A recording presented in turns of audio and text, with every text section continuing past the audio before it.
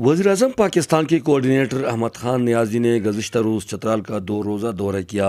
احمد خان نیازی district head quarter اسپتال چترال بھی گئے، جہاں ان کو اسپتال کے میڈیکل سپرنٹنڈنٹ ڈاکٹر شمیم اور district health officer doctor Haider Ulmulk نے بریفنگ دی۔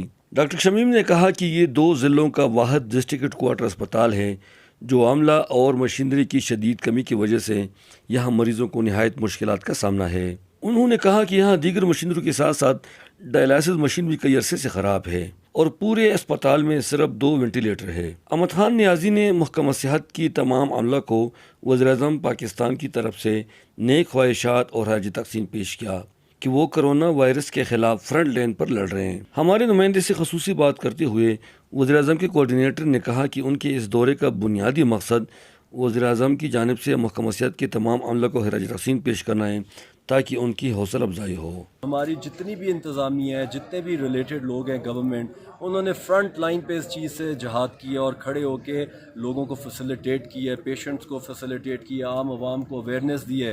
تو ان سب کو اپریشیٹ کرنے کے لیے آج ہم یہاں پہ آئے ہیں، جس طرح اور یہ بھیجا ہمیں پرائم منسٹر صاحب نے ہے کہ جا کے ان لوگوں کو اپریشیٹ کریں، ڈاکٹرز کو اپریشیٹ کریں تاکہ ان کے مورالز ہائی ہوں اور ان کو پتہ لگے کہ یہ لوگ ہمارے ہیروز ہیں، یہ لوگ فرنٹ لائن پہ جہاد کر رہے ہیں۔ اللہ سبحانہ و تعالیٰ ان کی مدد فرمائے۔ احمد خان نیازی نے ڈپٹی کمشنر چترال کے دفتر بھی جا کر ان سے ملے اور صحت سے منسلک درپیش مسائل پر بات چیت کی۔ بعد میں وہ چترال بازار میں پیدل پھرے اور عام لوگوں سے گل مل کر بات کی۔ اس کے بعد وہ کیلاش کے دورے پر روانہ ہو گئے۔ اس موقع پر ان کے ہمراہ ضلع دیر کے رکن صوبائی اسمبلی پیر مصور، سابقہ صوبائی وزیر اور شانگلہ سے MP منیب خان، ملکن ڈویژن کے سوشل ویلفیئر ونگ کے صدر شاہد علی خان اور حکمران پارٹی کے کارکن بھی کثیر تعداد میں موجود تھے۔